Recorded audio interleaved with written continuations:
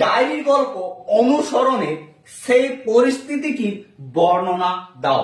Most important প্রশ্ন, কিন্তু বারবার বলছি প্রশ্নগুলি প্রতিটা করে যাও, ঠিক আছে।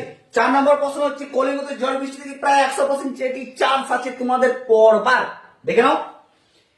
নিরবধি 7 দিন বৃষ্টি নিরন্তর।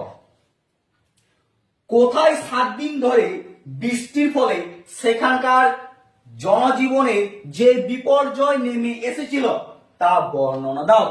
মোস্ট ইম্পর্টেন্ট প্রশ্ন, এই প্রশ্নগুলি ভালো করে প্র্যাকটিস।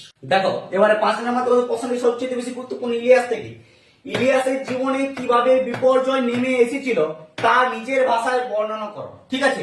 এটিও তোমাদের প্রশ্ন মান 5, কিন্তু এই প্রশ্নটি তোমাদের ঘুরিয়ে দিতে পারে। প্রশ্নটি এমন ভাবে দিতে পারে যে ইলিয়াসের অবস্থা খারাপ হয়ে পড়লো।